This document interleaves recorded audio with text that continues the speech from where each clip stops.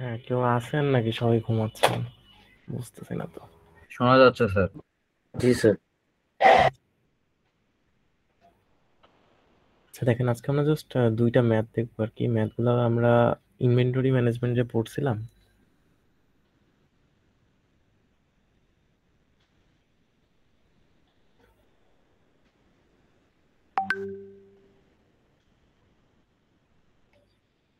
Inventory management পড়ার সময় আমরা হচ্ছে এই ধরনের একটা গ্রাফ দেখছিলাম যে এই পাশটা হচ্ছে কস্ট আর এটা হচ্ছে অর্ডার কোয়ান্টিটি, মানে আপনি একবার অর্ডার করার সময় কতটুকু অর্ডার করেন।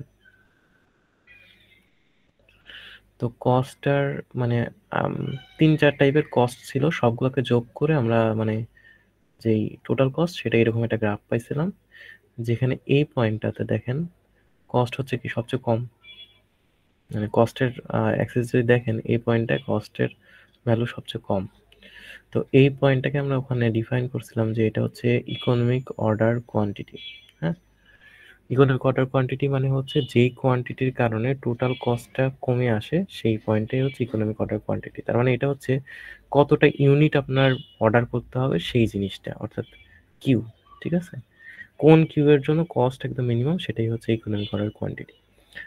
আচ্ছা, তো এখানে দুইটা সূত্র আমরা দেখছিলাম। একটা সূত্র ছিল এরকম যে economic order quantity equals to root over 2ds by H. আর টোটাল কস্টের সূত্র ছিল এরকম যে total cost equals to Q by 2 into H plus D by Q into S. যেখানে হচ্ছে আপনার কিউ ছিল এই যে অর্ডার কোয়ান্টিটি, কিউ হচ্ছে আপনার অর্ডার কোয়ান্টিটি, এরপরে হচ্ছে এইচ ছিল যে holding cost per unit per year, মানে আপনার স্টোরেজে যে কস্টটা দিতে হয় ওইটা আছে হোল্ডিং কস্ট, এবং সেটা পার ইউনিট মানে প্রতিটা প্রোডাক্টের জন্য এবং বছর প্রতি, পার ইউনিট পার ইয়ার। অথবা এখানে এটা দেওয়া উচিত ছিল না, এইভাবে দেওয়া উচিত ছিল যে পার ইউনিট, এখানে এভাবে দেওয়া উচিত ছিল, তাহলে বোঝা যেত পার ইউনিট পার ইয়ার। আচ্ছা, এরপরে হচ্ছে ডি ছিল হচ্ছে টোটাল ডিমান্ড পার ইয়ার, মানে এক বছরের টোটাল ডিমান্ড। আর এস ছিল অর্ডারিং কস্ট। অর্ডারিং কস্ট মানে যে আপনি প্রতিবার যে অর্ডার করতেছেন প্রত্যেকবার অর্ডার করতে কতটুকু কস্ট যাচ্ছে। তো এই ছিল আমার ইকুয়েশনগুলো। এখন এই ইকুয়েশনগুলোরই কিছু ম্যাথ আমি দেখবো বলছিলাম সেদিন, বাট সেদিন আর দেখা হয় নাই, বলছিলাম পরে দেখবো। তো ওই দুইটা ম্যাথই মিললে আজকে দেখবো।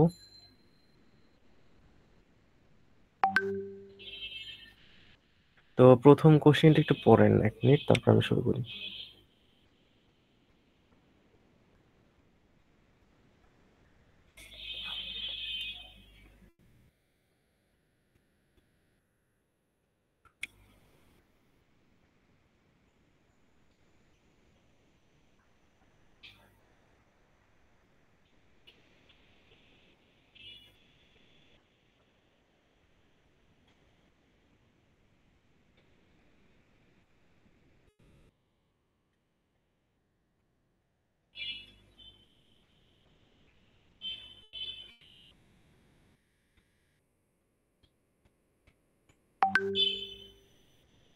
আচ্ছা, একটু খেয়াল করলে দেখবেন এখানে একটা কোম্পানির কথা বলা আছে যারা হচ্ছে কর্ডলেস ড্রিল মানে উৎপাদন করে, এবং তাদের অ্যানুয়াল ডিমান্ড মানে এক বছরের টোটাল যে অ্যামাউন্ট তারা প্রডিউস করে বা পারচেস করে সেই জিনিসটা হচ্ছে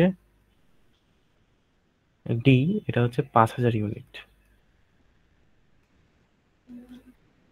ওকে, এরপরে হচ্ছে অর্ডারিং কস্ট, অর্থাৎ এস দেয়া আছে, দেখেন একবার অর্ডার করতে যে কস্ট সেটা দেয়া আছে $15।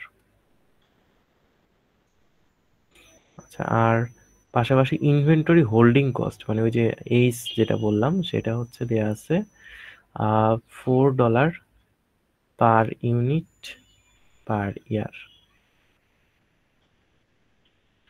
আচ্ছা, আর এগুলা তথ্য দেওয়া আছে, আমাকে বলছে প্রথমত যে ইকোনমিক অর্ডার কোয়ান্টিটিটা বের করতে।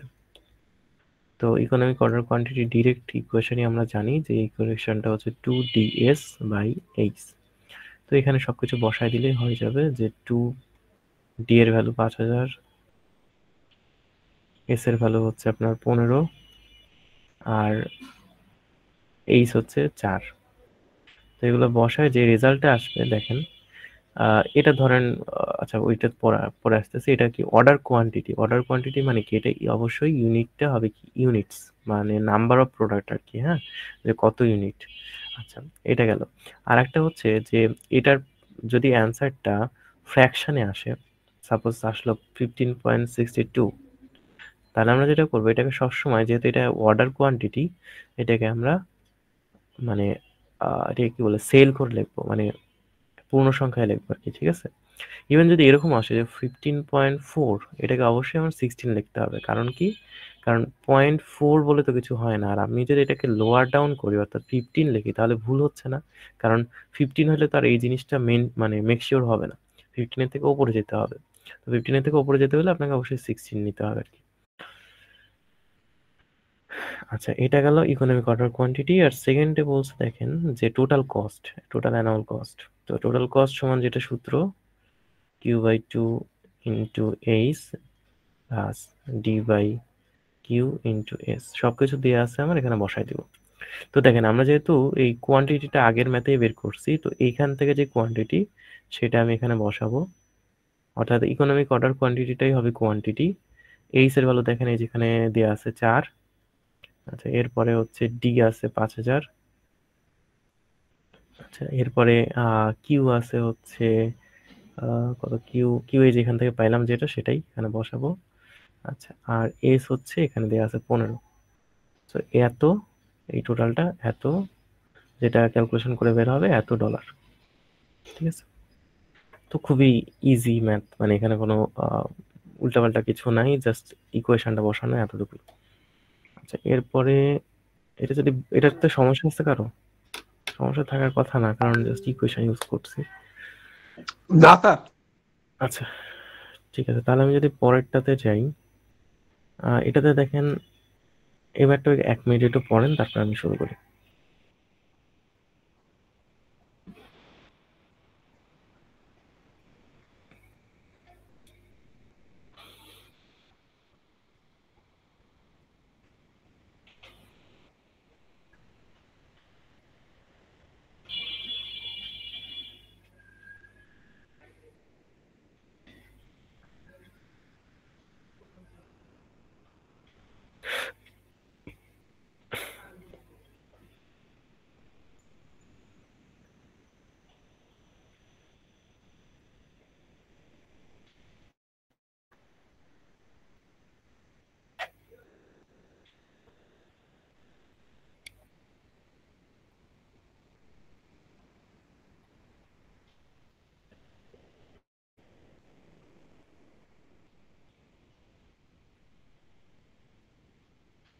আচ্ছা, তো যদি খেয়াল করি, দেখেন এখানে কি কি দেওয়া আছে।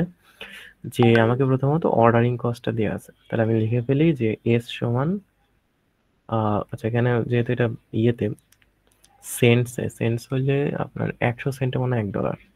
আচ্ছা, আমি যদি টোটাল ক্যালকুলেশনটা সেন্টেও করতে পারি, সমস্যা নেই।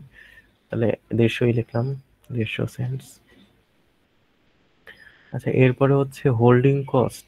হোল্ডিং কস্ট দেখেন ডিরেক্টলি দেওয়া নাই, দেওয়া আছে কি যে 20% of unit price per unit, মানে টু ইউনিট প্রাইস বলতে বোঝাচ্ছে যে একটা প্রোডাক্ট যে দামে কিনি তার 20%। তাহলে সেই জিনিসটা দেখেন এখানে দেওয়া আছে যে particular lamp is bought at 10 cents, মানে একটা প্রোডাক্ট কিনে হচ্ছে 10 সেন্ট দিয়ে, তার 20% হচ্ছে হোল্ডিং কস্ট। তাহলে হোল্ডিং কস্ট হবে কি যে 0.2 ইন্টু এই যে একটা প্রোডাক্টের দাম 10 সেন্ট, এটা তাহলে হচ্ছে 1 cent, sorry 2 cent, 2 cent per unit per ইয়ার।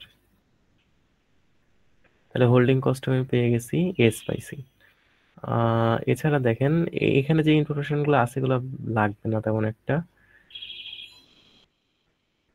এখানে চলে আসি, দেখেন এখানে বলা আছে যে কোম্পানিটার মান্থলি ডিমান্ড 24 মান্থের জন্য দেওয়া আছে। তো 24 মান্থের জন্য যদি দেয়া থাকে, আমার যে ডিটা, যদি ডি এর কথা মনে থাকে, ডিটা ছিল হচ্ছে অ্যানুয়াল ডিমান্ড, মানে 1 বছরের।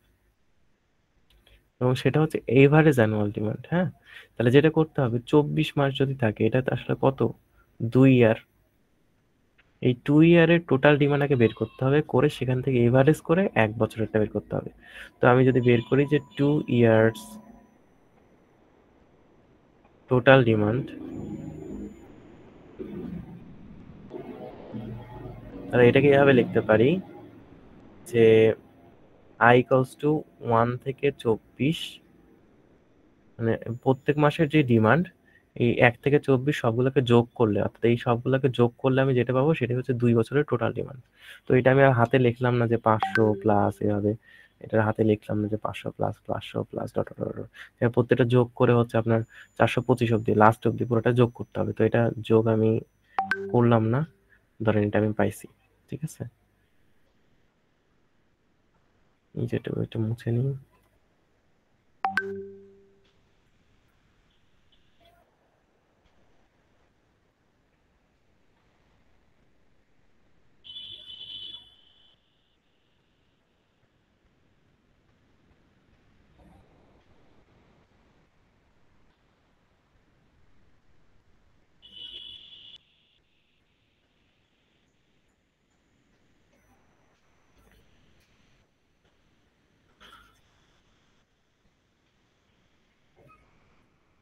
আচ্ছা দেখেন, এবার আমার যদি ডি বের করতে হয়, অর্থাৎ অ্যানুয়াল কস্ট, তাহলে কি করতে হবে?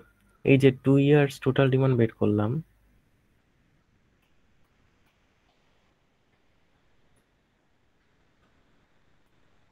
এটাকে যদি আপনি 2 দিয়ে ভাগ করেন তাহলে কি 1 বছরেরটা বের হবে? তাহলে এটা হচ্ছে আমার ডি। এরপরে দেখেন আপনাকে economic order quantity, economic order quantity বের করতে বলছে, তার মানে কি করতে হবে? Root over 2 ds by H. তাহলে এখানে ভ্যালুগুলো বসায় দিতে হবে। 2, ডি এর কাছে এই ভ্যালুটা বসায় দিব, এইচ এর কাছে হচ্ছে এখান থেকে পাইছিলাম 150, এটা বসায় দিব। আর এইচ হচ্ছে কত, এই যে 2, তাহলে এটা বসায় দিলাম। দিলে এখান থেকে যা আসে সেটা হচ্ছে এন্ড অফ কি বলে ইকোনমিক অর্ডার কোয়ান্টিটি। তো এই জিনিসগুলো আপনারা একটু করে আমাকে রেজাল্টগুলো বলেন, কারণ পরেরটা করার জন্য আমার রেজাল্টটা লাগবে। প্রথমত এই যে এই সবগুলা ভ্যালু যোগ করেন, করে 2 বছরের যে ডিমান্ডটা সেটা আমাকে একটু বের করে বলেন কত আসে।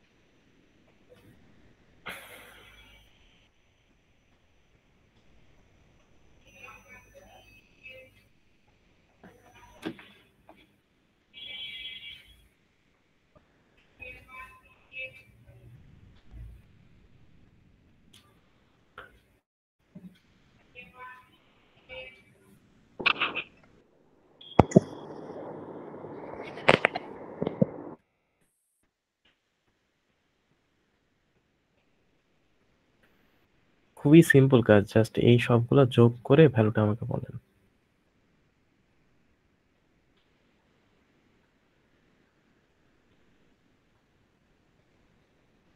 স্যার 2 টোটাল ডিমান্ড হলো স্যার 10,775, আর 2 দিয়ে ভাগ করলে স্যার 5,387 আছে। দাঁড়ান, আস্তে আস্তে, 775, 10,775, ওকে। আর 2 দিয়ে ভাগ করলে 5,387.5। ওকে, তাহলে এই ভ্যালুটা এই যে এখানে বসায় দেন, দিয়ে ইকোনমিক অর্ডার কোয়ান্টিটিটা বের করেন।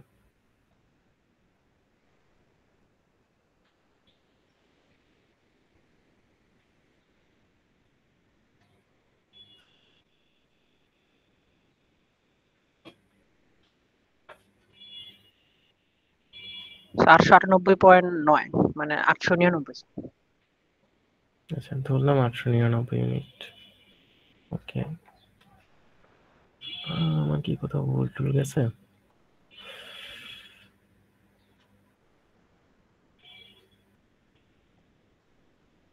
না, মোটামুটি তো ঠিক আছে। আচ্ছা ঠিক আছে, যাই হোক, আগাই তাহলে। এবার দেখেন আমাকে সেকেন্ড যেটা বলছে যে এখানে সেটা হচ্ছে রিঅর্ডার পয়েন্ট। এই যে এখানে বলছে, হ্যাঁ। তো রিঅর্ডার পয়েন্টটা কি জিনিস?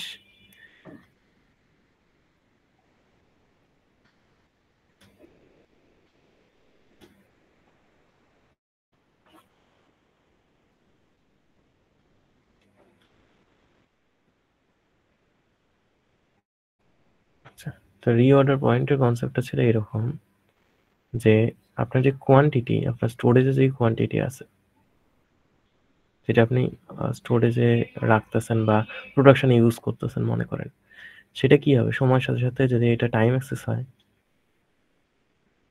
সময়ের সাথে সাথে কমে আসবে। ঠিক আছে? তো কমে সেখানে জিরো হইলো, হ্যাঁ। তো আপনি কি জিরো হওয়া পর্যন্ত ওয়েট করবেন, নাকি জিরো হওয়ার আগে অর্ডার করে দেবেন? একটু আগে অর্ডার করা লাগবে না, কারণ এখানে যেই কাঁচামালটা অর্ডার করবেন সেটা এসে পৌঁছানোর একটা ব্যাপার আছে, অর্ডারিং এর কিছু প্রসেস থাকতে পারে। তো মেন কথা হচ্ছে যে কিছু পরিমাণ আগে অর্ডার করে দেওয়া হয়, যে এই পয়েন্টগুলোতে অর্ডার করে দেওয়া হয়। আচ্ছা, তারপরে এখানে এখানে এসে পৌঁছাইলো, তারপরে আবার এখানে আপনি লোড করলেন, লোড করার পরে আবার সময়ের সাথে সাথে কমলো, আবার লোড করলেন, এই আর কি।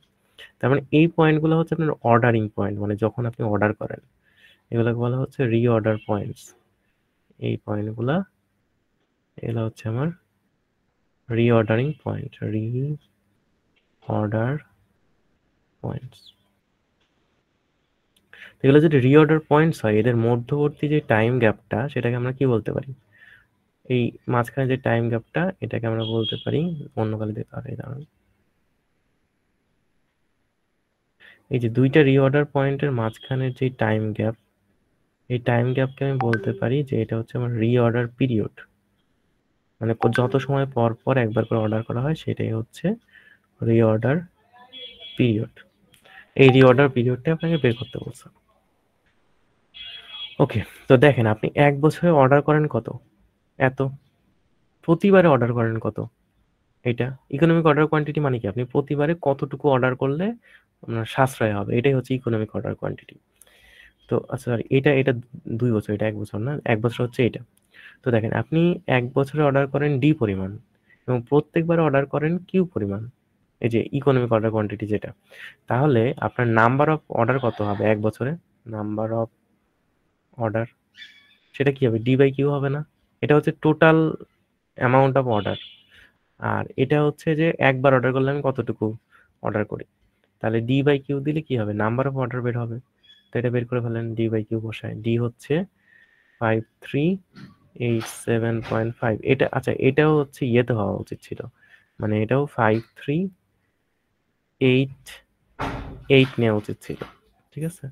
তো ধরলাম 53,880, আর নিচেরটা ধরলাম যে 89 ইউনিট। তাহলে এটা কত আসে?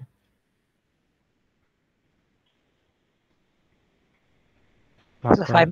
5.9 স্যার। 5.9।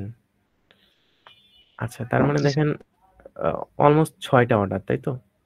তো যদি আপনি ১ বছরে ৬টা অর্ডার করেন, তাহলে প্রতি অর্ডারের মধ্যে দেখেন রিঅর্ডার পিরিয়ড বা রিঅর্ডার পয়েন্ট বলেন। আচ্ছা, পয়েন্টে পরে যাচ্ছে। আগে পিরিয়ডের কথা যদি চিন্তা করি, রিঅর্ডার পিরিয়ড বলতে বোঝাচ্ছে কি? যে প্রতি অর্ডারের মধ্যে গ্যাপ কত। তা আপনার যদি ১ বছরে ৬টা অর্ডার করেন, তাহলে প্রত্যেকটা অর্ডারের মধ্যে গ্যাপ কত হবে?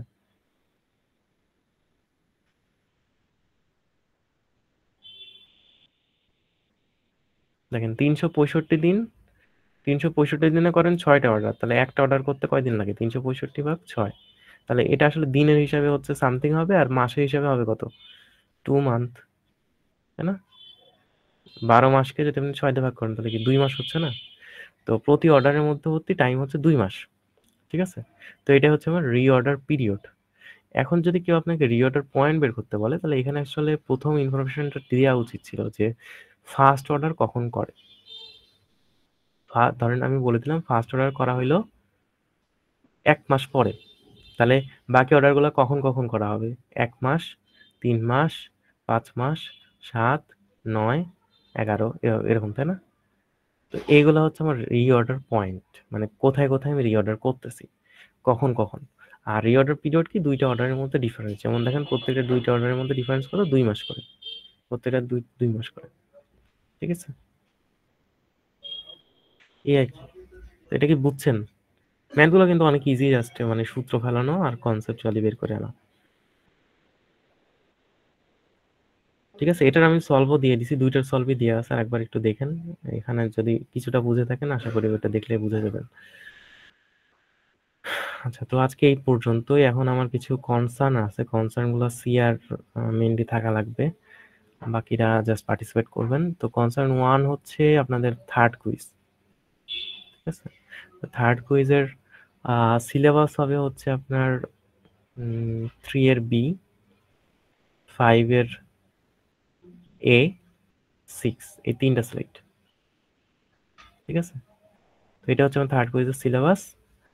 আর প্রেজেন্টেশন, আচ্ছা থার্ড কুইজটা কবে দেবেন এটা আমাকে জানান। আচ্ছা, আর প্রেজেন্টেশন হচ্ছে আপনাদের টপিক টপিক তো সব দেওয়া আছে, মানে একবার তো মানে কথা বলছি না এটা নিয়ে।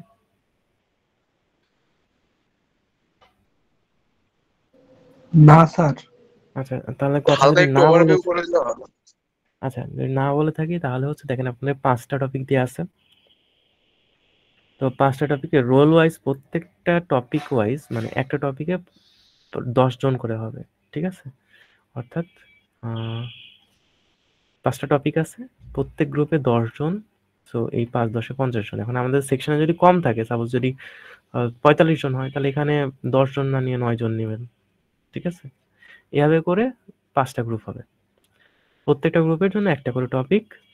টাইম হচ্ছে আপনার অ্যারাউন্ড 20 মিনিটস। ঠিক আছে, তার মানে প্রতিজন 2 মিনিটের কন্টেন্ট নেবেন। প্রথমে ধরেন কাউরে দিয়ে আছে যে ওই যে ফ্যাক্টরি ল ধরেন দিয়ে আছে কাউরে, তো এটা টেক্সট বুক যেটা আছে, টেক্সট বুকের নামটাও দিয়ে দিছি। টেক্সট বুকে যাবেন, যায় দেখবেন এটা কত পেজ আছে, সেই অনুযায়ী 10 জনের মধ্যে ভাগ করে নেবেন। ভাগ করার পরে প্রত্যেকে সাপোজ 2 মিনিট বলার জন্য যতটুকু দরকার, সাপোজ সেটা হতে পারে দুইটা স্লাইড, অথবা হইতে পারে 3টা স্লাইড, মানে 3 পেজ আর কি। ঠিক আছে, যেটুকু দরকার সেটুকু বানাবেন। এভাবে মানে 10 জন আর কি সিরিয়ালি এভাবে বানাবেন, মানে ওইটা প্রেজেন্ট করবেন। তো প্রেজেন্টেশনের টাইম হচ্ছে 20 মিনিটস টোটাল। আর জিনিসটা এভাবে বানাবেন যে ইংলিশে বলা লাগবে এরকম না, কনটেন্টগুলো যেন বুঝা যায়। ঠিক আছে, মানে কি কি বুঝাচ্ছেন সেটা যেন বুঝা যায়। অর্থাৎ এই প্রেজেন্টেশনে যে টপিকগুলো দেওয়া আছে, ছোট ছোট টপিক, এই টপিকগুলো আমি ক্লাসে আর কভার করবো না, এগুলো আপনারাই ক্লাস হিসাবে নেবেন। ঠিক আছে, মানে আপনাদের ইয়েটা হবে যে আপনারা কাইন্ড অফ বাংলাতে ক্লাস নিচ্ছেন এরকম আর কি। হ্যাঁ, আচ্ছা। আর এইখান থেকে প্রেজেন্টেশন থেকে আপনার টোটালি দেখবেন যে 2টা পার্ট আছে, একটা হচ্ছে ইন্ডাস্ট্রিয়াল ল, ইন্ডাস্ট্রি ল, আর হচ্ছে আরেকটা হচ্ছে মানে এনভায়রনমেন্ট এর সাথে আছে, আরেকটা হচ্ছে ফ্যাক্টরি অ্যাক্ট। এরকম 2টা পার্ট আছে। তো প্রত্যেকটা পার্ট থেকে ফাইনালে হচ্ছে 6 দুগুণ 12, মানে একটা পার্ট থেকে 6 করে টোটাল এই 12 মার্কের কোশ্চেন এই প্রেজেন্টেশনের যে টপিকগুলো আছে এখান থেকে আসবে। তো ওইভাবে করে কভার করবেন। অর্থাৎ ধরেন আপনি আজকে পড়াই দিলেন, তো বাকিরা যেন ওইটা শুনে, এটা মেক শিওর করা। প্লাস হচ্ছে ওই কি কি পড়া লাগবে, অর্থাৎ কোন কোন কন্টেন্ট থেকে আপনি কভার করছেন, বইয়ের কয় নাম্বার আর্টিকেল, এই আর্টিকেল নাম্বারগুলো অবশ্যই স্লাইডে মেনশন করবেন। ঠিক আছে, আর্টিকেল নাম্বারগুলো। তো এটাই আর কি প্রেজেন্টেশনের। তো প্রেজেন্টেশন শুরু হবে এই উইকে। কি আপনাদের আরেকটা ক্লাস আছে কালকে না? হ্যালো, জি স্যার, কালকে আছে। কালকে যদি আরেকটা ক্লাস থাকে সেখানে হয়তোবা আমরা এটা নিব না, আমরা মানে যেহেতু আজকে জানলেন, তো মেনলি হচ্ছে নেক্সট উইকে সম্ভবত রবিবার বা আচ্ছা মঙ্গলবার আপনাদের। তো নেক্সট উইকের মঙ্গলবার, এখন মঙ্গলবারের তো সমস্যা হচ্ছে একদিন মানে ইয়ে আছে, ত্রিপলি ফেস্ট আছে। তো ওইটা যদি ওই দিন না হয় অন্যদিন করা লাগবে। ঠিক আছে, তো আগেই ওইভাবে করে আমাকে একটা, আমি রবিবারে ফাঁকা আছি কিছু টাইম, তো রবিবারে ওইভাবে বা বুধবারে হোক যেটাই হোক, টাইমটা একটা মানে অল্টারনেটিভ টাইম আমার লাগবে। তো স্যার রবিবার আমাদের অফ ডে। তাহলে বুধবারে দেখেন, বুধবারে সম্ভব হলে বুধবারে দেখেন। স্যার, বুক আচ্ছা, রেফারেন্স যেগুলো দিয়েছেন এগুলো কি সব পিডিএফ কি পাবো স্যার অনলাইন? হ্যাঁ অনলাইনে পাবেন। ওকে। আচ্ছা, এখন হচ্ছে মানে মেইনলি আমার নেক্সট উইকে 2টা ক্লাস লাগবে, আর তারপরের উইকে একটা। অর্থাৎ 5টা গ্রুপের প্রতিদিন হচ্ছে 2টা গ্রুপ হবে, 2 গ্রুপস পার ডে। যেহেতু হচ্ছে আপনার 40 minute time, sorry 20 minute time, so 2টা গ্রুপ 40 মিনিট করে লাগবে। সো একদিনে আমি 2টা গ্রুপ চাচ্ছি। তো 2টা একটা, অর্থাৎ আর 3টা ক্লাস আপনাদের লাগবে। সো 3টা ক্লাস আমাকে বুঝাই দেওয়ার দায়িত্ব আপনাদের, ঠিক আছে? ওকে, এটা গেল প্রেজেন্টেশন।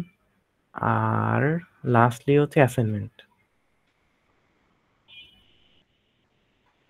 তো অ্যাসাইনমেন্টের প্রবলেমগুলো আপনাদের আগেই দেওয়া ছিল, নতুন করে আমি হচ্ছে ওবি ফরম্যাটে ওটা সাজাই দিছি। এটা আমাকে হচ্ছে নেক্সট শনিবার মানে হ্যান্ডেল করবেন, শনিবার এটা আমাকে হ্যান্ড ওভার করবেন, ঠিক আছে?